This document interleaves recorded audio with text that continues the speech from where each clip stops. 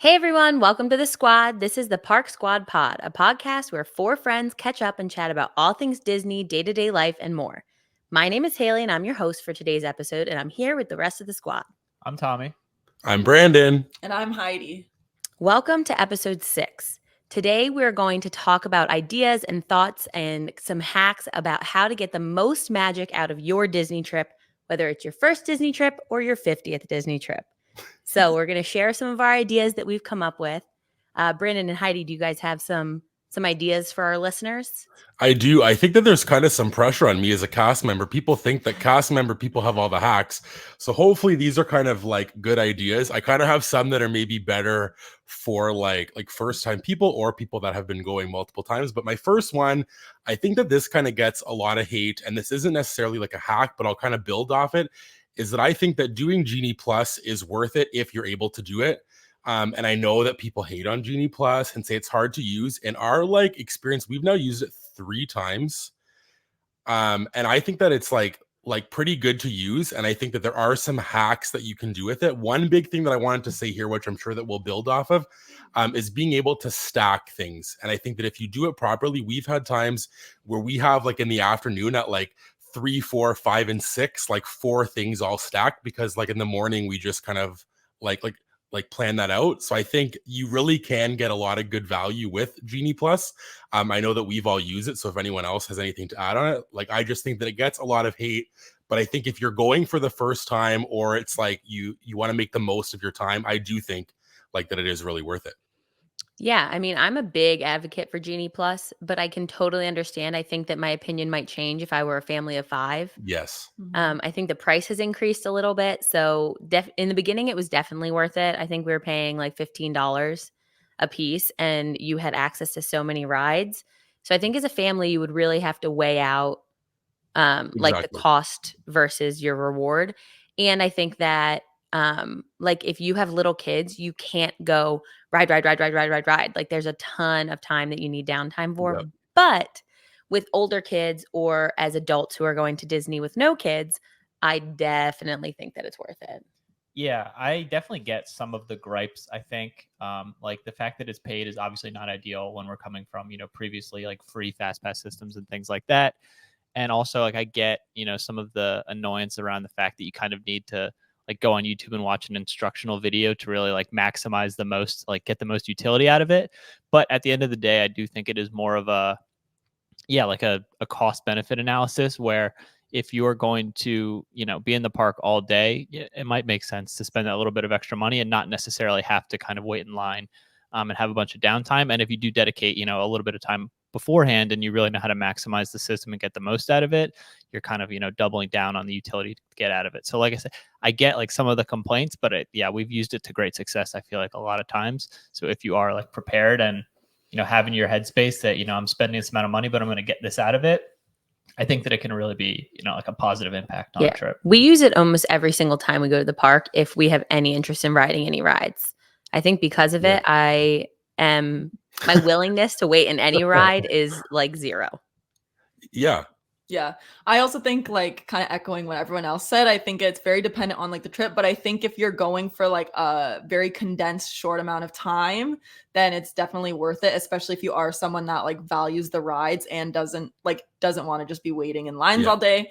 And for maybe I can see both sides. It's hard to use, but once you know how to use it and you master it, then it's very beneficial. Yeah, and I guess that's kind of why that I brought it up, is also too though, the time of year that you go. For us, when we went with Caitlin and Austin in August, we didn't need to use it because it wasn't busy. Yeah. But when my parents or my mom and sister came to visit me, they came in June, end of June, and we needed to use it. It was so busy. And if we didn't get it, honestly, we wouldn't have been able to do some stuff because everything was so long. And I think kind of to piggyback off this, my other point on this was, I know that people also hate the individual lightning lane purchase, but there are some rides when my mom and sister came, we did Guardians of the Boarding Group and the lightning lane, and they were so thankful that we did because they wanted to ride it again. And it's the only way that at that time and still now that you can do that. So I think for us, I think that Genie Plus, even though there is some criticism, like you said, Heidi, if it's a condensed smaller trip, I think if you know how to use it, or you like you said, Tommy, do some research. I really do think that it's more of a benefit than a negative thing. And I think that if you're able to use it often and kind of stack things and do that kind of way, like I think it really is super beneficial and makes your trip super simple.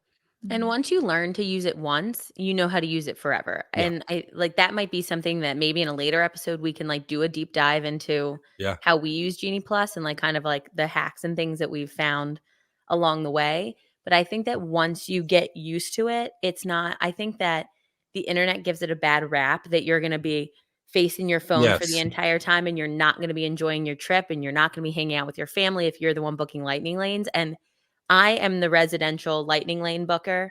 I don't think Tommy has ever made one unless he went by himself. No, I think I might have helped Brandon make one or like look over When his you shoulder. I when don't know you if I've guys went ever- by yeah, yourselves. on boys' night, but I don't think I've ever clicked the button. I'm more But I coach- never coach feel of like morale than the operations side. I've never felt like I was excluded from the group Me neither. because I was booking lightning lanes, and it might just be because it's kind of just second nature at this point. Like I know how to use it, but like I said, if that is something that would be helpful to our listeners, just let us know, and that's definitely something that we can talk about later too. It can be kind of like collaborative too. Like I feel like whenever we're booking lightning lanes, Yeah. it's like, oh, like there's this time and this is this time. Like, what do you think would make the the most sense, or do we really want to do this? We haven't had a chance to do that, so it is also like a point for discussion and kind of add some direction to your day instead of kind of meandering around and hoping that you stumble upon a queue that Yeah. isn't through the roof or anything like that. Yeah, like, and I think if you're like let's say at like an Epcot, like, and you're there and there's nobody there, like, and you paid for it that day, then that's when you would want to like use that hack to stack things. If you're going to go to like Hollywood Studios later, then once you get to Hollywood Studios, you're going to ride like 3 or 4 things just like by scanning into stuff, which I do think can be super worth it if you're able to afford to pay that. Like, and I do think that if you're like for certain people to travel all that way, like to then not do it, like I understand that it is a cost thing, but I do think that it is beneficial for us, like being from Canada, to travel there. Like it is tough. It's cheaper to pay for the Genie Plus than to book a whole nother trip to try to get everything done. Right, Yeah. exactly. So, So that's kind of my thoughts on Genie Plus. I don't know if that was exciting to start off with. yeah, I Genie think Plus, but I think that it is like a hack or like something that's beneficial to help your day. No, yeah, I kind of wanted to jump in because you mentioned it as well. The individual lightning lane, I know, is another thing that catches a lot of flack and people aren't thrilled about it because it is like a standalone cost for an individual ride. But I think that if you have one of those top tier rides that you're really, really interested in or that you really, really love, you should just pick a day, even if it's just one day on your trip, and splurge on the individual lightning lane, Agree. Yes. across the group, and everyone, hopefully you get it early and you can go up and do that first thing. When we went with my mom and dad, we did Flight of Passage. I think we got an early lightning lane and we did it. And it was like one of the highlights of the entire trip, because like those rides are, pay per lightning lane for a reason because they are the top tier and they, sort of provide the most bang for your buck. it was in worth that the sense. $60 that we paid for 4 people. Yeah, absolutely. The For week sure. after the vacation, my mom texted the two of us with like a GIF Aw. of an avatar, just avatar, all caps. Like I've been dreaming that I've been flying and stuff like that. So it is, obviously not ideal that it is like a standalone paid cost. But, if it's a ride that you're really interested in, it can be one of the highlights of the trip. And when you spread $15-$20 per person over a Disney World trip, it's really not that. It's a drop in the bucket Yeah, in a it's really Disney not World trip, that much unfortunately. relative to the rest of the stuff that you're going to be spending there. Yeah, and also like it's kind of nice because if there is like kind of just thinking about like certain dynamics, if you are like kind of like a family going, like let's say like 2 adults with like their kids, and let's say like one of the adults really wants to go on a ride, it's nice to have like that option to do that, where it's like I know that like maybe you wouldn't want to like wait in the line, because we even done that when you When used I to not couldn't be able ride to Flight of ride Passage, yeah, you would like pay for it. I would pay for it and go on it, and to me that's worth would it save because time. it's like we save time. I can still spend the time like with the other person that I'm Yeah. on the trip with, and it's not really like impacting. So I think it's really nice to have that option, and like kind of like on special occasions too. Like if it's a birthday and you like want to guarantee that you want to go on that ride, but you don't want to like waste a bunch of time, it's nice to at least have it like available for people to use. Yeah. Like, and I think that like in terms of if I was going to pay for them, like we've, I think now, like almost every time, like at least once paid for Flight of Passage and for Cosmic Rewind. Those are the 2 that I think are probably the most like worth it, because especially like Avatar like is a long wait, like always, and Guardians you can only do it like if you get the paid or the boarding group. So Mhm. both, like if you want to do it twice, like I know that my mom and sister like they wanted to do it twice, and I'm glad that we bought it because then we were able to do that. For sure. Yeah, I think it's just a what is your time worth kind of thing. If you have Yeah. a bunch of time, then it might not be worth getting the Genie Plus or the Lightning Lane. But if you don't, if your time is worth a lot to you, then the money might be worth it. Yeah, for Yeah. sure. Love it. All right. Awesome. Heidi, do you have one for us? Yes, I do. So this one is one that can be for anyone, I guess, first time and people who go, but I feel like it's more for first time because people might not know if they're new. But I definitely recommend like pin trading to everyone because I think it's a super fun thing to do, and it's like a great way to like explore the park and also like connect with cast members, like because it's like an option where you can kind of go up to people, start to like get to know like where people are from. Sometimes they do like little trivia and things like that. And it's like once you have that initial kind of purchase of pins, it technically is like after that like a free kind of like experience that you can do. So even like I know that I personally love like going to Epcot and like trying to go to all the pavilions and seeing the pins. And I know that like now there's like a lot of like kind of like unauthentic pins on the boards, which kind of like does take it away for some people. But I think for like kids and like even as an adult, I love going and just like seeing, because like if I do find a pin that is real and that I'm really excited about, then like it's awesome and so fun. So It's a good one. I had some pin stuff on mine, and this is kind of going to build off this, I guess. But we get questions on this because I think that we always kind of trade in vlogs and we post like about pins, Yeah. like about how you can get pins to trade. And I like being like on the cast member side, when you trade with pins, people just go and buy like the mystery pack, open them up, and stick those all like on the board, which like if that's what you want to do, that's okay. But it is crazy because they are so expensive. Like I think that if you go on like a Facebook group or different things, which we like now like kind of know some, like if Yeah. you can get like pins for $3 each and then you bring some of those, I think that's like a super good hack as well to kind of build off the pin trading thing. Yeah, I was going to add that if you're new to pin trading, don't buy like $18 open Yeah. edition pins Yes. and then put them on the board. Like I watched one little girl, she had it was like a Frozen pin or something, but it was like a big pin. It was probably like $19 and Mhm. she was going to trade it for a scrapper, which is a non-real pin Yeah. that was on the pin trading board, and I gave a pin in her place so that she could keep it because I just couldn't I couldn't let her do that, and her parents don't know. Like Yeah. I think that That's part of if it. you don't know pin trading, then you don't know what's real and what's not, or what pins are worth. And so if you don't have any, like from those groups, like Brandon said, those bags of multiple pins are good if you're just Agree. looking to trade. But Yeah. the ones that are by themselves hanging up with a different color, I Don't do it. definitely, if you have kids, I would just maybe have 2 lanyards and just differentiate between these are the pins that we're going to keep for souvenirs and these are the pins you're going to trade. Otherwise, you're $100 in and you come home with 4 fake pins from the board, which is can be disappointing. Yeah. Yeah, for and I sure. guess at a certain point you're kind of paying for the experience, but I definitely would lean towards recommending getting pins specifically for the act of trading. Especially since, kids, obviously none of us have kids, but kids don't care. Like kids, No. they just Yeah. want They to like trade the pins. They want to get a characters. new pin. They Yeah. want to get something they think looks cool, or is a character that they like, or is their favorite color or whatever. So just kind of like getting a base collection of pins that you don't really care about and can kind of just willy-nilly throw around on the boards can definitely be fun. And if you sort of change over your entire hand of pins, you could be looking at a brand new set of like 10 or whatever, and go through those at the end of the day. So it definitely is like a fun activity and is a nice way to break up the day a lot of the time. So you're not, swiping a credit card or waiting in line. It's kind of like another activity that you can get in there. And like Heidi said, like once you do the initial purchase, it is like one of the few free things that you can do. Yeah. Yeah, you can just keep For sure. trading and trading the same 5 pins if you wanted to.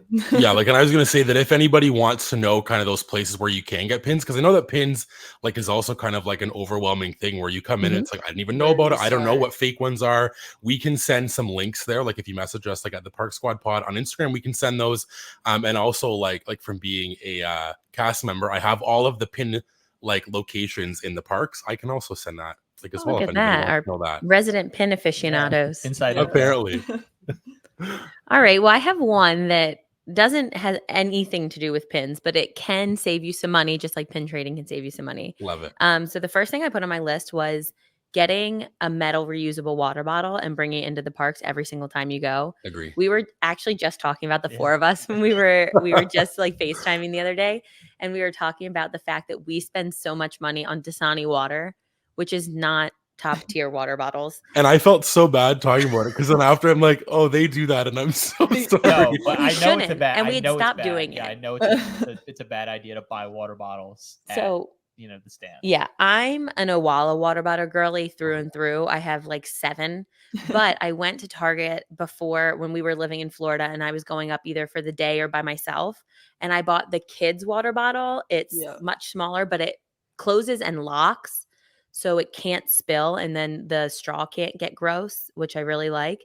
But to go with this was kind of like a 2-part hack, is to get a pack of carabiners from Amazon. Love it. And then I hang the water bottle on the carabiner on the side of my backpack. So it doesn't have to take up any space in your backpack. You don't have to hold it the whole time. And if you shop like I do, you can hang your bags or anything you have, like your shopping bags, off of your backpack instead of trying to cram them all in, or good feeling one. like you can't purchase anything until the end, or that you have to go back to your resort. You can kind of just like become a human pack mule and just Yeah. clip all of the things onto your backpack. But that way you don't have to bring, like, if you want to bring the cute lounge fly that doesn't really fit much, you can Yeah. have your water bottle on one side and the shopping bag on the other side. So that's my first awesome. little hack. Well you done. gotta that was make like a sure you 2-in-1. balance them out. I like that. Like I was gonna add to that if you wanted to use your bottle, you can go get cups of water. I'm a big like cup of water person. Every quick service like location usually will give you cups of water. Some of them obviously like are way busier than others. Like I wouldn't be like going to Cosmic Rays at dinner time to get a cup of water because it'd be so busy.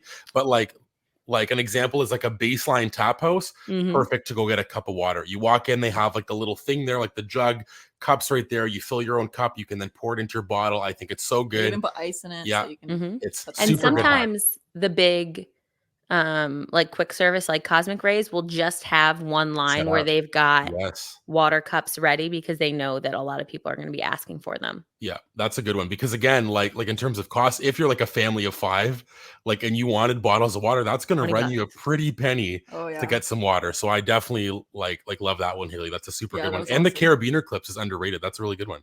And you have to hydrate. Yeah. Yes. Like we Yes. went to Disney during COVID when you had to wear a mask all the time, Oh even my if you were walking gosh. around outside. And so you just drink so much less water because you would have to like find a spot to stop walking, Yeah. take your mask down, drink. I've never felt worse on a Disney trip just because I wasn't drinking enough water. Yeah. And so I think that sometimes like you can have the Dole Whips, and if you're not at Magic Mhm. Kingdom, you can have some adult beverages, and the next thing you know, you realize you haven't taken a sip of water since your For resort at sure. 7 a.m. and you feel terrible. Yes. Yeah, and in Orlando, Florida, there's probably 300 days a year where you're going to be sweating just standing around, Yeah. not even moving. So you're losing so much fluid and like so much salt there. And yeah, with the hustle and bustle of a typical bark day, it's very easy to forget to drink, which is why I'm in such a bad habit of just buying Dasani whenever I see it. Yeah. But if you come prepared and you do that extra step and you have a water bottle on you, you can just keep that filled at all times and get your cup of water, fill up your water bottle. That way you can drink some water and then have some. And if in it's case of banging on your hip, emergency. it's a reminder to fill it up and Yeah. drink Oh, it. Yeah, a constant reminder to hydrate. And it also prevents from whatever it's called, the like the condensation or like Yeah. yeah, like what I'm Get trying you all to say? wet. Yeah. Yeah. Which nobody wants to be wet on their hip from like the The water. regular water bottles. Yeah, exactly. Yeah, that's why I was like, metal sometimes can get hot, but it does keep it so cold. And like you said, Yeah. then you're not all wet and I don't know, dewy. Yeah, Dewey. Dewey. That's a good way to put it. That's funny. I love it. All right. Who's got another one? I can go. Go for it. I guess mine is kind of tied in with hydration a little bit, and this one is probably more geared towards people who go more regularly. If you're kind of a once in a lifetime or once every 5 to 10 years, you might not want to follow this one. But mine is just to leave the park and go back to your hotel in the middle of the day if you're tired or you're hangry or you're really just not feeling it. I feel like it is very easy to feel like an obligation to stay out the entire day, especially like in the middle of the day, the hottest part of the day, and just push through. But a lot of times that ends up sinking, the latter half of your day because you're not feeling it. You're not in high spirits. And then by the time, the sun goes down, you're ready to check out and leave and go back to bed. And you just want to be anywhere but the Disney parks, which is obviously not how you want to be feeling. So I think taking like a 2-hour break in the middle of the day, going back, sitting in some air conditioning, eating food, drinking a ton of water at your leisure, and then, recharging and going back out can really save a day, and you'll end up having more time, operating at close to 100% than opposed to just dragging through the day and really, lagging, as the day goes on. And then by the end, you're not even having that much fun. And this is coming from our morale manager. Yeah. When the four of Right. us are in the trip, Tommy is the manager of all team morale. Director of morale, Seriously. yeah. And so That's so if the funny. advice is coming from him, you should probably heed it. Yeah, and I think that's also good because I think that people kind of think that oh, I've paid to be here, I need to be here all day. But then, like you said, Tommy, it really catches up to you. If you do that every day, then by day 3, 4, you're like, oh wow, I'm exhausted. And I think that Disney's made it nice with the certain modes of transportation. Skyliner is my favorite thing ever. If you can hop on the Skyliner, head back, and then just kind of come back on there, and go back to the park, I think is so great. And I just even think to change your clothes, like you said, just kind of to feel better, I think will also then prolong your night. We used to kind of be, I think, always just stay That was us. all day. And then I think this kind of last trip, we did do more times, or we did go back. And I think that it's great because in the park, there aren't really too many places where you can just kind of sit quietly in the AC, because everywhere is so busy, right? There's not really many like restaurants where you can sit inside and it's not crowded and you can just kind of take half an hour to sit there. Mm-hmm. And when the park is busy, it's sometimes hard to be in there. Sometimes Yeah. it's just overwhelming. And I was just going to add on that sometimes when it's super busy, like for a Magic Kingdom and it's so busy, everything's an hour wait, we've just hopped on the monorail and just gone kind of resort hopping and Yeah. looked at because there's pin boards at all the different resorts on the monorail loop. So Yep. we've gone and we just look at the pin boards. We get a little snack or something from the resorts. We sit inside in there, and then the monorail is nice and AC. So even if you don't want to go back to your resort, just leaving the actual park for a Yeah. little bit, I think is worth it as well. Yeah, it can feel wrong to leave a park at noon, but if you've been there since 7 a.m., that's That's a that's full a full day. 5 hours. You can leave, recharge, come back with a fresh set of eyes, and start your day. Have 2 mini days instead of one. Yeah. And a midday shower, or hop in your resort pool for 20 minutes, take a shower, go back out with fresh clothes, fresh socks. I think that is underrated for sure. Yeah. I kind of want to add on this one, which this isn't kind of the same, but it does relate to, I think, maybe boosting up some what did we say? The morale was we did a water park day for the first time ever in a long time with you guys on our trip, halfway through our trip. And for you guys, it was kind of a few days after you got there. But I think that it saved our trip. I think that it is so good to go. No, Making it sound like we no. were hating our trip. No. We were drowning in No, it. that's not what I mean. I just It think that it saved gave our us trip. it gave us new life, It I was guess, nice. is what I mean. It The was water so park nice. day was on my list. So. Yeah, It's then on you your can list go. Same too. here. Yeah, I had it as Because well. I guess that Yeah. I'm bad at saying that we were having a horrible time, which is not at all true. That was our engagement trip. We had a great time. But I just it's think that it when was those so nice. energy levels start Yeah. dropping, it is kind of like a recharge. And I It's think like- even yeah. if you have higher energy members of your group, there's a ton to do at the water park. So you can Yeah. kind of divide and conquer, and a group can go. No, and I don't think tackle that water rides. we and someone sat- can lay, on the fake beach and stuff like that. I don't think we sat one time at the Probably. water park. It's not like we No, we didn't. R&R. You could if you wanted to, though. No, but I think that we also just I think because it's a change of pace. It's different. very different, and it's new, and I think that it's just kind of even the lazy river. You're doing something, but you're relaxing, but it's not just at your pool where there's also tons of people. It's a different change of pace, which I really enjoyed, and I think I would highly recommend. And now they've announced that you can do that on your Check-in travel day. day, which I know so many people online hated on. I think it's a great idea that if you don't want to go to a park and they give you that option to kick off your trip that way, because I know we never go to a park on our first day, except for this last time because your tickets were free. Yeah. Because I worked there. Every other time we do a Disney Springs day. Mhm. So for you to go to the water park, I think is an awesome thing. I love it. No, I I like think it's a great addition. We had that on our list to kind of work in as the Disney news for this week. Yeah. That, on your check-in day, it's a free day. And I think that people don't know, because I think the four of us did this before we went on that trip where we went together. I don't think I would have ever really thought to go to a water park, even though it was included on our annual pass. I And Go ahead, Haley. Sorry. No, go. No, I was just gonna say I wanted to go to a water park for so long, and everyone would just be like, "That's a dumb idea. Why are you going to Disney and No. going to a water park?" That's how I felt. Yeah, but it's not. We had a great time. Yeah, but That's then No, we all and I went, and it think- was like so fun.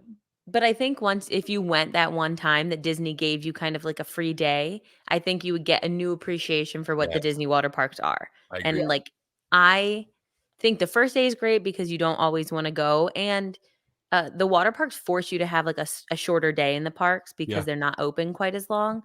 And so I think it's a great first day. But I think that like if you went that first day and you were there for 10 days, you might also then go day 6. Yeah. Because I think it would be like you would open your eyes to the possibilities. Yeah, and with Yes. what you're saying about a shorter day, like say you have a day where you want to go to a restaurant that is at one of the resorts out of the Yeah. parks, you would need to sort of break up your park day, leave, find transportation to the resort, eat your meal, and then go back. Where with a water park, say it's a dinner, the water park's closed, you're able to kind of wrap up, shower, get freshened up, and then go right to dinner, and you're not missing out on any of the sort of ticket price for a standard park day that is open until 9 to midnight. And it's Yeah. just fun.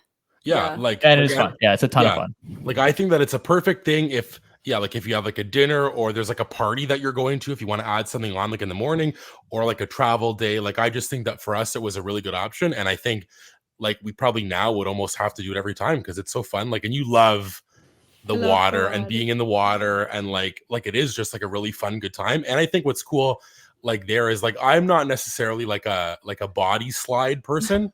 But then you No, can me kind of just neither. have some people go, like other people Yeah. don't have to. You can go like Lazy River. And there's lots of family raft rides. Yeah. I- Yeah. And nothing takes super long. It's not like if some person wants to go Exactly. on Flight of Passage and you have to wait for 2 hours to No. find something to do.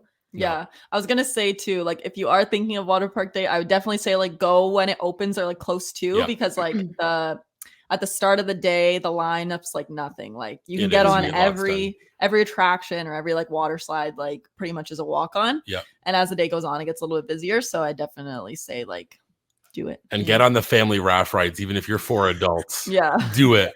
It's so fun. That was like, I think, my most fun ride. The one where like we barely fit. We were like knee to knee. Our knees were in our chest and the 4 of us on one family tube. Yeah, And then those also are one of them, last couple days, yeah. we came right up to the edge where no one has ever been. No one has ever been up there. We like in our raft made it up there. Oh, yeah. I Yeah. think that it was definitely probably one of the heaviest raft that's been. None of us are like small people. No. Yeah. Like no. we're all like tall, like sturdy humans. And I Yeah. think that Yeah. 4 of us going in there, like everybody else was like an 8-year-old and their dad, a 7-year-old and their mom, and then just the 4 of us rolling up. Yeah, we should ask them to put a notch like you put in your door frame when Yeah. you're growing up. So Yes. show that we have the world record. Like in, a height. Yeah. I would Yeah. be so proud of that. I would wear that like yeah, a, the like water a raft badge of half honor. pipe, Yeah. It is. Seriously.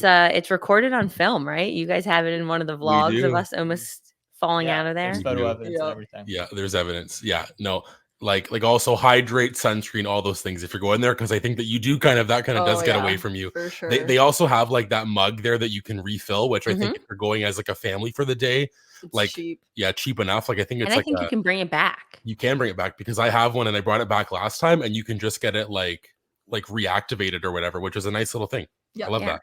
So I have one that kind of goes into this because I Yeah. think that the water parks also have some snacks that aren't anywhere else. Yeah. Mm. They have like some Dole Whip cones that you can get that you can't get anywhere else. They Those little have donuts. they have Yeah. like freshly made Typhoon hot Lagoon has those donuts. little Yummy. donuts, yeah. So the next one I had on my list was to plan your snacks ahead of time. Love it. Yes. If you listen to any other of these episodes, you know that like Tommy and I are really like food first Disney people.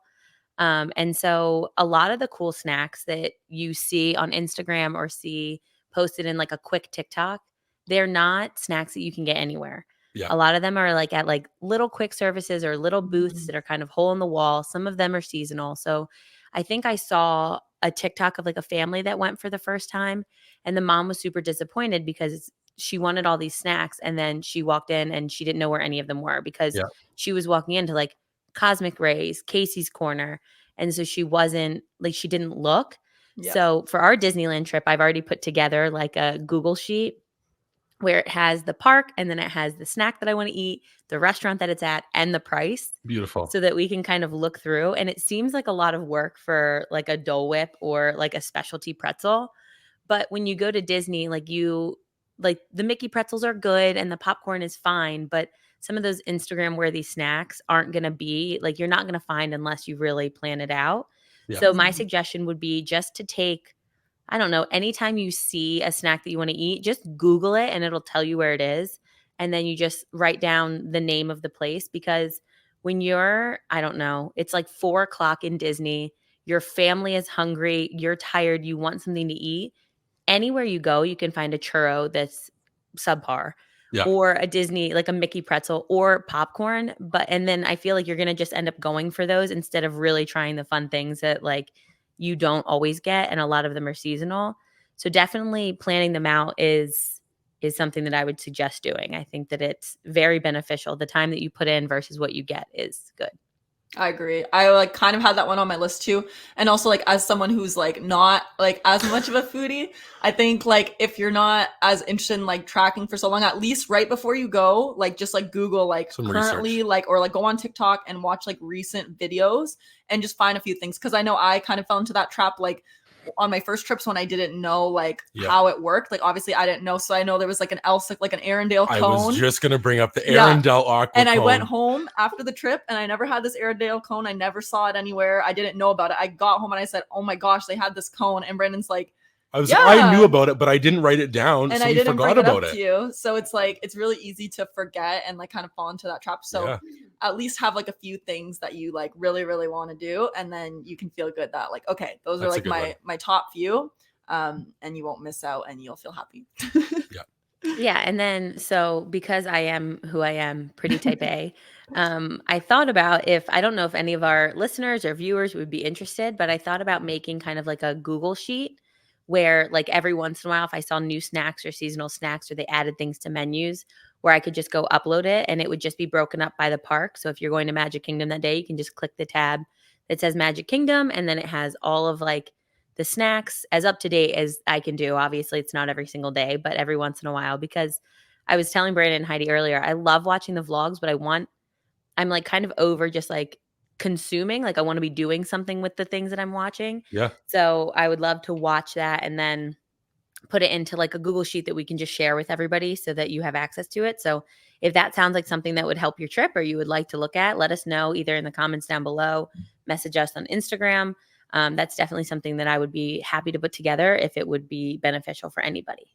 Yeah. and I think, love like it. having a snack guide like that can really also help with like providing direction to your day. For Once you're in the parks, especially on a busier day, it's really easy to kind of wander around and hope that you stumble into something that looks like appealing or fun or like enticing, and then you end up eating like a Mickey pretzel and waiting 50 minutes for Pirates of the Caribbean. So it's almost like a do-it-yourself Genie Plus, where if you do have to take that little bit of extra time to prepare ahead of time, but you can be like, oh, we're in this corner, or oh, we have a lightning lane to ride such and such. While we're over there, we can get this snack that looked really cool on TikTok, or would be great on an Instagram, or just looks like it would be something that you would enjoy, and kind of structure your day around that, so you're not just sort of wandering. Because I know it's really easy to kind of just burn time kind of looking around, because there is so much to see and do that sometimes it's almost like scrolling through Netflix, where you have so many options that you end up just kind of looking through everything, Like and option not, fatigue. and not deciding on anything. So having a little bit of structure or preparation in advance can really kind of guide your day,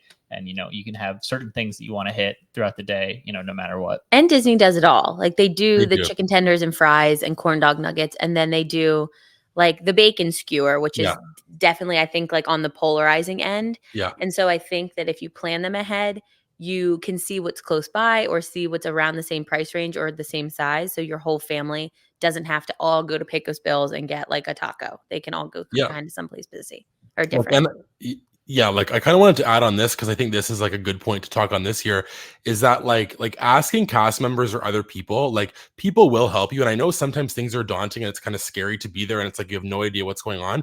But if you ask people, people will help you and give their recommendations. Like I saw this one family once who was walking by Backlot Express, and they wanted some food and they were just gonna go there. And I remember that my one friend gave them like they said to go to Woody's instead, because it was like kind of more different, and better food. And I think that people kind of just resort to whatever's there, but if you walk maybe down the street, there's something else. So I think even just like asking people, or if you know people that have went before, kind of get their opinion. I think people are always pretty helpful, and obviously everybody's experience is very different, but like I think for like food for the most part, people will give you pretty good recommendations. Yeah, you talking about Woody's actually just made me think of like another hack Yeah. that I think would help as far as food goes.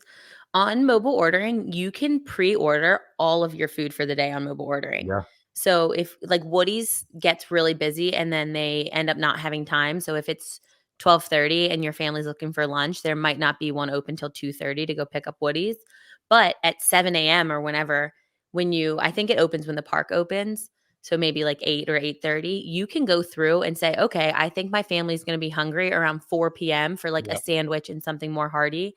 And so you can pay for and place that order. And then if something happens later and you want to push back the time, you can alter the time on your mobile order. You can almost always push it back. I don't know that you can always bring it forward, Yeah. but I think that that would be really helpful if you were a family to kind of plan. And then you've also kind of prepaid all of your food for the day. So you're not just dropping $50 every single time you're going. You already know what you're paying for. And so Love I it. think that doing that in advance is really helpful, especially for those busy places like Woody's Lunchbox. Yeah, and to kind of add on that, like this kind of made me think of this, but like in terms of if you want to book like a reservation for dining, sometimes like you look like whatever it is, 30 days or 60 days out, and there's Mhm. like not stuff there. Like if you check like on the day of, sometimes people like drop their stuff and you can get in somewhere, which I know that's maybe more like of like a last minute thing. If you've been more times and you want to try stuff out, like I would always be checking the app like for those kind of things also to see maybe like something will pop up that you've wanted to do for like that day like or the day after, so always be That's how the checking that. first time we went to Oga's Cantina, we got it. Yeah. We checked the night before and there was a spot open for like It 8:30 was in like the 8 a.m. morning. It was like 8 a.m. Yeah, it was like the first one we did. So we were going having a fuzzy tauntaun Getting at 8:30 fuzzy. a.m., but it was when it was like pretty new. And so there was Yeah. no other times available. No, for And a sure. lot of times those busy restaurants will have walk-up lists available as well. Yep. So you can put yourself on that walk-up list Love it. and get to eat somewhere that people have had to book 60 days out for. I just thought of another I'm going to add to my list. Go for it. Nice. I have one that I kind of wanted to touch on here because I'll forget about it if I don't. But what like I know that this is one thing that people plan to watch like a nighttime spectacular, and I think that we like a lot of them and we do watch them. But like I know that there's some certain like I guess strategies behind doing it. People wait like for 3 hours, 1 hour, 2 hours. I don't think have ever waited for fireworks shows, but that is because which people like I don't think know this. Like when you walk through, let's say the hub at Magic Kingdom, like everybody like is on the ground who's down there sitting waiting, like they eventually have to stand up and then there's way more space and they all move forward. Like there's going to be ton of space in that tape, so we always kind of just like around the time like walk, and then when they have everybody stand up, everybody moves forward. There's a lot of space there, so like if you don't want to wait the 3 hours to go watch Happily Ever After, you can kind of get pretty crafty like and kind of slink in there like when they make the announcement that it's going to start in half an hour, then everybody like I said, stands up and moves like up together. Like there is then lots of space there. That's kind of what we do. I know that if you really value it, like, and maybe you have kids and stuff, like it's easier just to wait. But for people like us who have been multiple times, that's kind of my hack for that is everybody like eventually has to stand and move. And then there is way more. Yeah. Or if you're a dad that's looking for an excuse to sit down for a couple of hours Yeah. after you've been chasing Yeah, everybody around, go exactly. ahaid and sit down. But Yeah. if you want to get more out of your day, I think that's a great idea. Yeah, like, and I think for like for other ones, like for Phantasmic, I recommend to go wait, like because it is kind of busy. Like, but also like you don't have to go right at 7 whenever they open the doors. You can kind of get in there at like 8:30 because there are good seats still. And that So, second show for Phantasmic is the time to go a as big long as deal. you don't have little ones who can't wait. Oh yeah, yeah, I think that that goes along the same thing. Like, I think we ended up going and asking the cast member, Yeah. like, hey, should we get in line now? And they're like, honestly, if you can wait till 9 o'clock, just Go come for it. back and you can show up at 9 and it will be totally fine. Where Yeah. if not, you kind of have to get in line right now for the 7 o'clock. Yeah. Like, and I don't know if it helps because we're tall, but for us, it's like we just kind of stand at like the back of the tape when everybody stands up and moves more forward, and it's great. So I think if you don't want to wait the whole time and you do want to do more stuff, and maybe you've been more often than not, like I think that that's kind of a hack where you don't have to wait. I know some people like to sit there and enjoy their dinner and kind of watch and stuff, but for us, we don't want to sit there for 2 hours, so we do other things and then kind of slink in there at the end to like catch that show. And I think there's some things that are more worth waiting for. I think you're sure. going to see the projections and you're going to see the fireworks kind of no matter where you are. Yeah. So whether you're at the front of that row, you end up missing some of the projections on Main Street now, or if you're at the back of the row, it doesn't really matter. One of my best friends just went to Disneyland for the first time with her son, and she was asking, her son is little, she was asking if I think that the fireworks show is worth it. Like, should I really try and keep him up? And I told her, for little ones, I think that the parades are more worth it Yeah. for them than the fireworks are, because I think fireworks are cool for us as adults because we can like kind of wrap our heads around like the grandeur of what these fireworks look like. But for little kids, like, it's just fireworks. So like they're interested for a little while and then like they're kind of over it. Where the parades, I would prioritize getting a better spot for like Festival of Fantasy than I would for Happily Ever After. Yeah, that time around the fireworks is such a good time to hit some of the rides as well, especially at a Magic Kingdom where there are such a large number of attractions. Yeah. When there are people kind of waiting for the fireworks to start and reserving their seat, there is kind of that like middle grouping of attractions you can kind of bounce around to and hit them all. And I was gonna say, Heidi, where's that parade spot? Where's the best spot to I watch don't- the parade? I don't know. I know where it is. What's it but I near? don't know. You got to go popcorn back cart. and listen to our old Liberty. Yeah, Liberty. Whatever. Liberty Bell, right by the popcorn cart. You can Unless fit we're 6 there. people there. If Yeah. we're there, you can come hang out with us there if there's room. if you're that's- subscribed. Yeah, yeah, you pay your way. We'll just stand there with the arm down and go, "Can you check?" Yeah, show us your subscription. No, We're just but joking. yeah, but that's like a really good hack. I think that there are certain spots that are better than others, and I think if you can find those like and really camp out for parades, I think like you said is a really good thing because characters come right up to you if you're close. Mhm. True. Love that one. What do you Nice. got, Heidi? Anything over there? I have one. It's kind of like, I don't know how great it is, but it's a tip. So it's about merchandise. And I would Nice. say that if you're going and you're new to the parks, go like, and you like shopping, go to like all the stores. Like anytime you have an It's a opportunity, good one. even if you've already been to the store that day, like, I mean, Brandon, you've worked there, so maybe you'll know a little bit more, but they seem to like always be putting out different They stuff, do. and you never know like when something's gonna hit the store or like how long it will be there. And so many times I feel like we've gone and like they have had something, and then you come later and they don't have it anymore, or like a very niche thing. Like I feel like sometimes I find things and I'm like, I've never even seen this at the parks, and then you buy it, it's like you never hear about it again. Yeah. So I would just recommend, like, if you like shopping and you like merch and you just like looking at stuff, then like hit all the shops multiple times a day. Yeah, that's just like one of my tips. Yeah, like, and I think that's a good one because again, like I worked in merchandise, and will again is also that if like I go to, let's say, Tatooine Traders where I worked, and we have something, but like it's not like in your size, like I can go to the back and look up where you can find that. Like it'll tell me Oh, where nice. in like all of Walt Disney World resorts, like Disney Springs, where they'll have it. And like you said, certain stores that maybe sell like the same kind of stuff, like other stores might have different sizes, like, or different things from that thing, like a Star Wars. Like I know for us, like we'd have stuff, but then Galaxy's Edge has way different stuff, and Keystone Clothiers has different stuff. So I think that if you go and ask those cast members, and like they can help you, but also like I think that if you do see something, it is kind of hard that unless it's like some new collection or maybe something that's like there's more of it, like I think that maybe getting it while you see it is worth it because you may not see it again, like you said. And I think like asking the cast members, they are very helpful to tell you where you can find certain stuff. Mhm. And you can return it. So if you buy Exactly. something and then you have like buyer's remorse while you're there, like Yeah. just Oh, go yeah. and return it. And then that way you knew like you had it. And then if you were going to be disappointed, I think one time I wanted a chip cup, like from Beauty and the Beast. And we were like, oh, we'll wait because it's ceramic. Like we shouldn't get it now.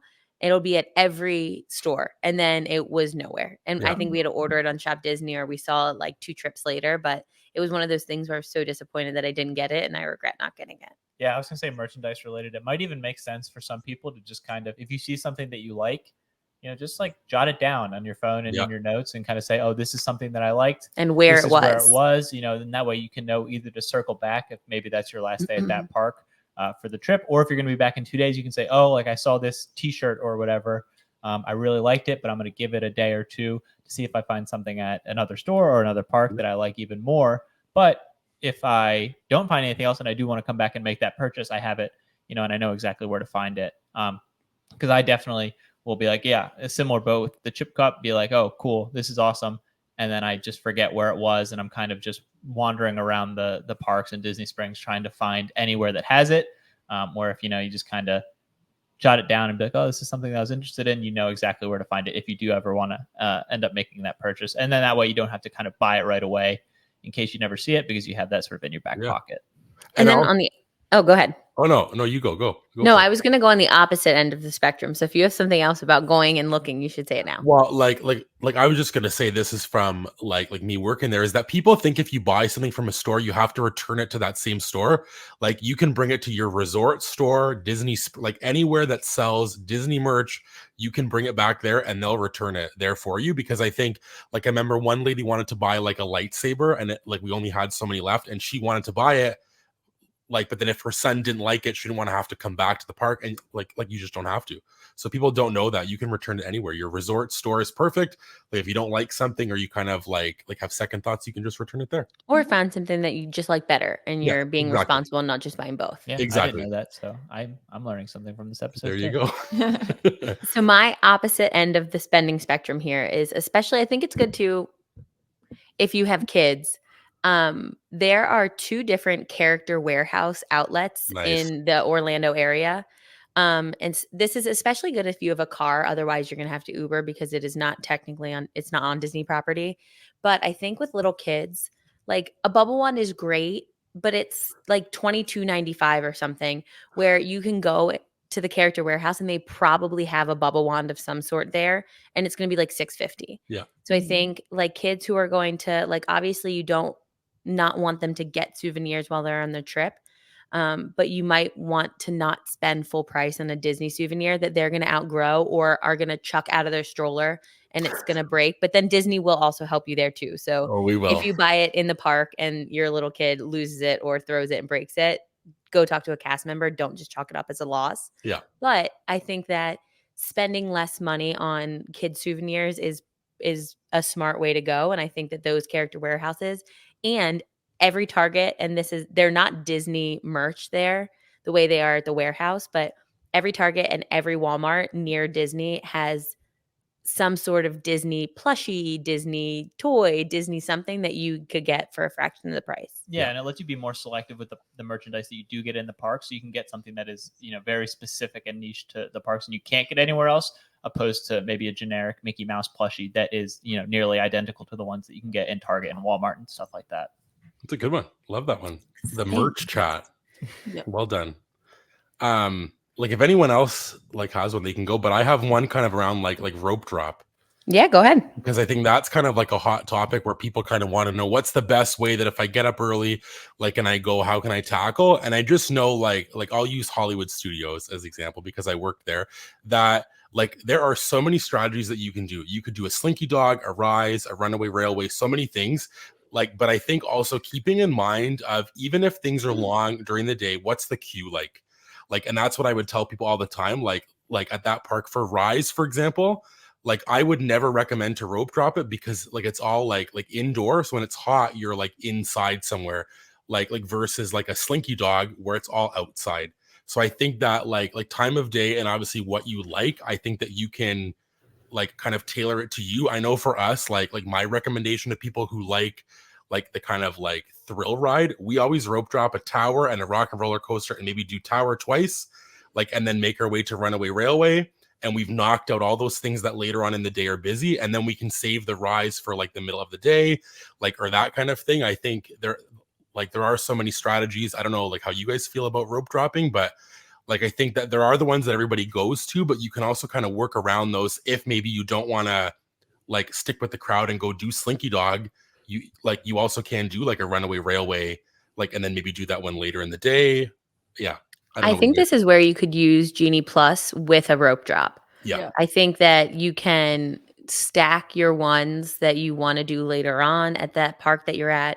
Hollywood Studios is tough because there's not a ton that you can rope drop. Like there are little ones, like none of the shows you can rope drop, obviously. Yeah, for families, but I think that this is a place where if you choose to rope drop, that you should be booking a lightning lane for later in the day. If you think you're going to be able to get on tower and rock and roller coaster, booking like a Mickey and Minnie's might be good right after that. Yeah.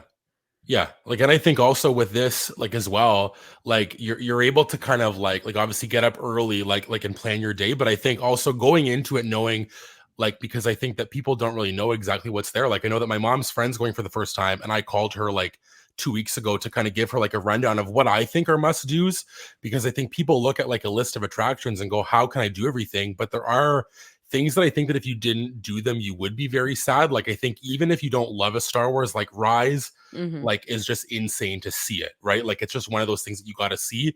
So I think if you plan your day kind of accordingly, and you kind of look on the app, or you know what your party likes, like, I think that you can kind of tailor your day that way. And I think it also varies, like when you go, time of year, like who you go with. I think that your trip can be very different, but yeah. And then on the opposite end, like, I think a lot of people who maybe don't go often don't know this, but you can go in line for a ride, like as long as you're in line before park close. So let's say the park closes at like 11. Good one. You can go in line at 10:59 and stay in line, and then you can finish off. So like, It's a good one. yeah, that's just something to keep in mind, because for like busier rides, we often do that. Where Like at- Mine Train is yeah. a good example Yeah, of that's that. in the all, night. the four of us always do that. Yeah, exactly. After fireworks. We all just like get in line 10:59, and typically like even like the listed times aren't even as like it Right. doesn't take as long either. You're right.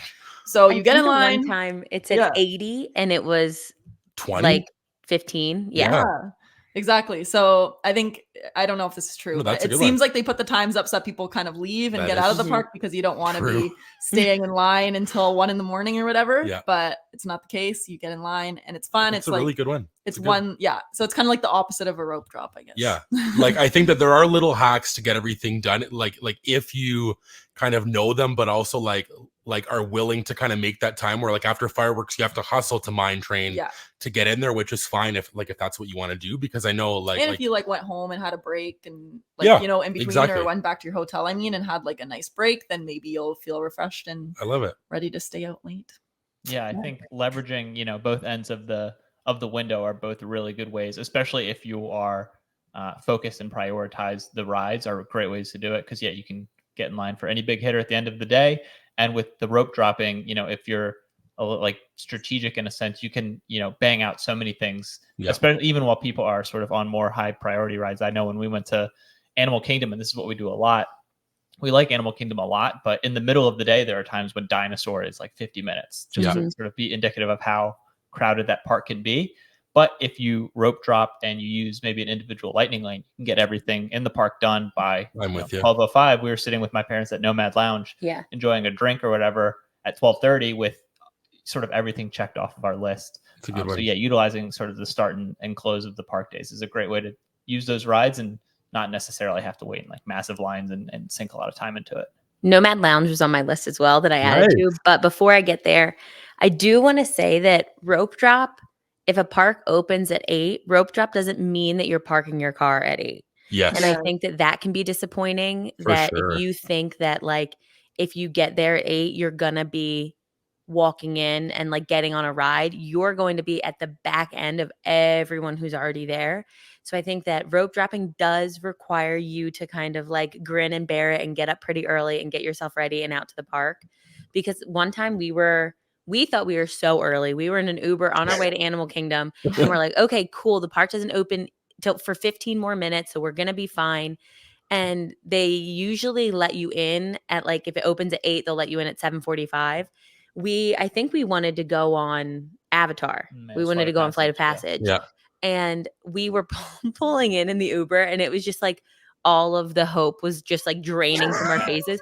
It was like an 80-minute wait at like 7:42. Yeah. I was like, how is that possible? Like the park isn't even open yet. So if you want a rope drop, I really do think that getting up as early as you're willing to and kind of just getting there, like I'm with you. get your breakfast, bring it to go, eat it when you're standing outside of the ticket booths, Yep. And Yep. getting there as early as you can get yourself there is probably going to benefit you. Yeah, I kind of want to use that one to slide in a quick one. Brandon had something to say. Oh no, it's okay. No, go for it. I'll just add it in after. Yeah, on the sort of theme of getting up early, get up at 6:45 if you want a virtual queue. Mhm. Sit with another phone on the second hand so that as soon as You it hits need 7, the second hand open. Yeah. Because I'm with you. 7:01 is not Gone. 7 o'clock. Gone. You need to be like 7 o'clock and 2 seconds. Yeah. I always sit there with I turn my watch to the second hand and then I sit there, and as soon as it hits this 7 o'clock second, you press it because Yep. they go so quickly. Yeah, like well, like on that one, people also don't know that you can like later on in the day they open back up at 1. So if you don't get it at 7 and you're kind of upset about it, like they do open like it up again for those people that are at the park, which is nice. But if you do get it at 7, you cannot You do it can't again get at 1. Yeah. Yeah. I was gonna add on this one as well, just about getting up early, because I think that people kind of think about this. Whereas I got up with my parents and my sister early, and we were like, "Oh, look at us! We're so good." And we got to like the Skyliner, and I was like, "Oh yeah, there's other people that do the same thing that are also here." So I think also planning that like it is busy, like Yeah. everybody does it. Everybody's gonna be on the bus. Everybody's gonna be on the Skyliner, and I think that if you do plan that, you can also like, I know that people hate on that half hour, but you can get lots done in that half hour, like Mhm. staying at Disney property, because you can do like even 1 or 2 things or get in there early, like and knock out some stuff. And I think that people kind of don't like always think about kind of like what Tommy said about like you can also do kind of smaller things. If you don't want to rope drop that heavy hitting thing, you can also like knock off some things like a dinosaur that will be an hour later at some point during the day. So like at least if you did do it like and you have to wait like an hour and a half for Flight of Passage, I'd rather wait for Flight of Passage than an hour for Dinosaur. Oh, yeah. Even if it's the like a little bit longer. I just think like there are certain things that when you wait longer, they're more worth it than if you waited a whole hour. It's like, oh, we waited like an hour for this versus an hour and a half for something else. That was kind of my only point on those as well. And like you said, like when the Skyliner line is long, I think I was watching a vlog. I think it was Brianna Tata. Yeah. I think she and Corey got an Uber and went to the park for their 30 minutes early, or Yeah. instead of waiting for the bus, because Yeah. if you're not on like a monorail loop, because monorails, they hold a ton of people. People, yeah. The Skyliner is a great mode of transportation, but first thing, it's so busy that you Yeah. might end up losing out on that extra 30 minutes. So For sure. it's kind of that time versus money, like which is what is worth your money. And so I think that sometimes getting in an Uber and getting there early, if you really want to rope drop something instead of paying for an individual lightning lane, is worth it. And I think them doing that seems like something that at first it's like, why would you do that? There's so much free transportation, but it's going to Good take idea. you maybe 40 minutes to get there. Yeah. Yeah. And then you're gonna miss all the benefits. Miss all the stuff. I wanted to add this because I just thought of it as well. Is people always, because this happens, and this happened to me, like in you and Caitlin Austin, I think, like at least one time every time, you always hear that da-da-da, like a bag has went off, and you gotta wait because somebody's bag has something in it.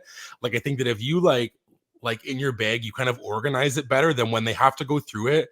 Like it's easy to pull Oh, stuff yeah. out, or also like if you have like a like for us, we have like our camera or like an umbrella, like Or hold it out portable across chargers. from you. Portable chargers have everything Pins. like held out there. Then like it's a higher chance it's not going to go off. But also if they have to go through your bag, like have everything organized so that you Mhm. can put it back in quick, like and be on your way. That's kind of like a random thing that I It's kind like of being thought a of. pro But at TSA, like already having your liquids and your Yeah. laptop Yeah. out. This is the same vibe. Like there Yeah. are things that you just need to have out of your bag before you go through. Yeah. And I think in the morning, like that, like whatever 5-10 minutes makes all the difference if you can be quick with that, and you're not having to restuff your like I don't know, pin lanyard, ponchos, all your stuff back in. If it's all kind of organized when they take it out, they can put it back in nicely.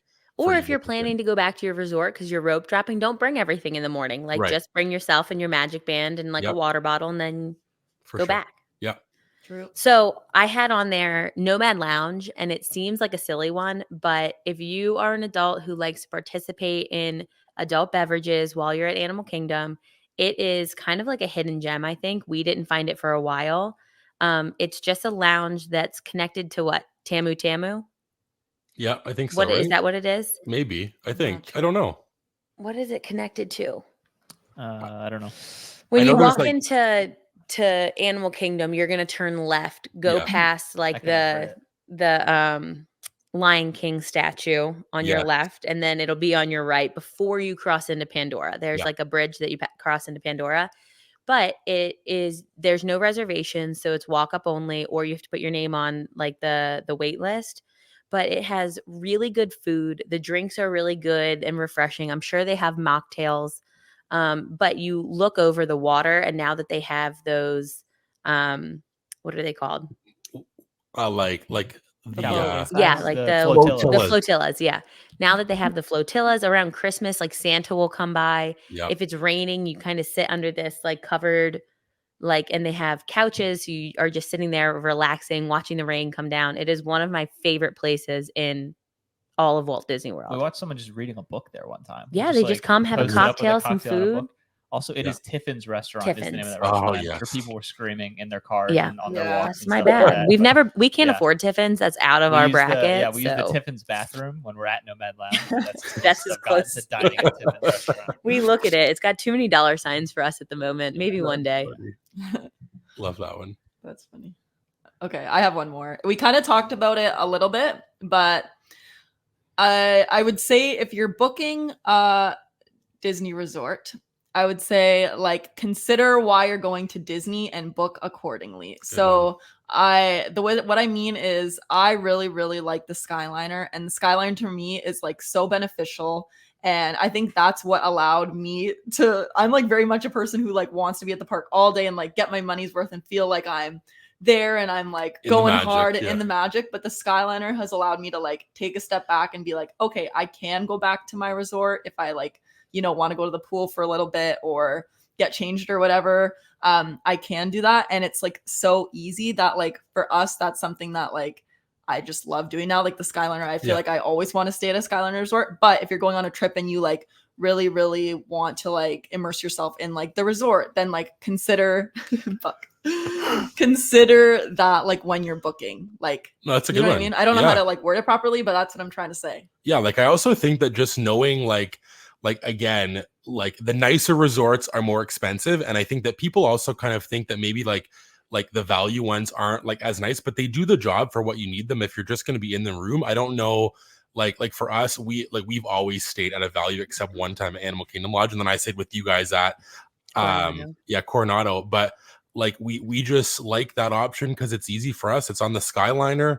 We're in the room for sleep time. Yeah, but and I also think it works for us because like we're It always at works, the parks. exactly. So that's what I mean by like thinking about like And if each- you're someone who likes like taking advantage of the resorts and kind of like maybe exploring outside the park, then I can see why you'd want to kind of spend money and stay somewhere that maybe isn't like on the Skyliner or has more to offer like at the actual resorts. Yeah, so that's a good why one. kind of brought it I up. was also going to say to add off that if you want to see resorts, you can just go for free to see other resorts if you want to, which True. was on my list. That if you're like an adult, even let's say, because I know that like maybe kids, like it's not as fun to go resort hopping. Maybe Yeah. it is for kids, but for us, like I love like hopping on the Skyliner and checking out like all the shops, like you said, Haley, for pin trading, like They have even just to specialty see the food vibe. places. Yeah, like I think that's like a really good thing that if you had like Tommy said before, like a water park day and then go hop resorts, Mhm. like I think that would be super fun to do as an adult.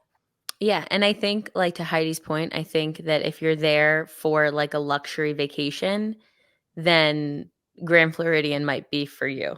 Yeah, Yes. But of course. they did just do in the last, I don't know, 5 years, they've renovated a lot of those value resorts. And Yeah. so really the interior of the moderate that we stayed at and the interior of the value are exactly the same. Yeah. Definitely similar. I Definitely. agree. So we are definitely value resort people. I agree for sure. Which Which is is good. There's fine. nothing wrong with that, which I think is like they've made it so easy with certain things, like you said, like the Skyliner, Yeah. where there are perks to so many resorts and they're all different. Like some are on the monorail, Yeah. some you can take a boat to Disney Springs. Like there's lots of little things. And I think maybe we could do a whole podcast one time on like hidden gems, I think is cool. Like Mhm. you said, of like a Nomad Lounge, because I think like there are so many things in Disney World that maybe through like if you don't go and experience them, like you don't know how great they are. True. Like, and I think that is really like unique to each place. Like you said, resorts have different things to offer. Yeah, and I think that people think of value and they only think of the all-star resorts. And the all-stars get hurt a little bit, I think, just because of their modes of transportation For is only sure. the bus. Yeah, it's tough. And the bus has to stop at all 3 all-star resorts. So if you're the Yeah. last one, that bus ride home is really long. But like you said, if you're only there to sleep and shower, then paying like $129 a night versus $829 a night is definitely worth it. Yeah, exactly. Yeah. Yeah, You if know it's where you in fall, the so that's shower, good. Yeah. Yeah. I have 2 more and they're both kind of on the same thing. It's with like outfits, like what you're choosing Okay. to wear to the park. And this is one of them is mostly for the girlies, the thick thigh girlies in particular. Orlando is hot and it is muggy and you are moist all day.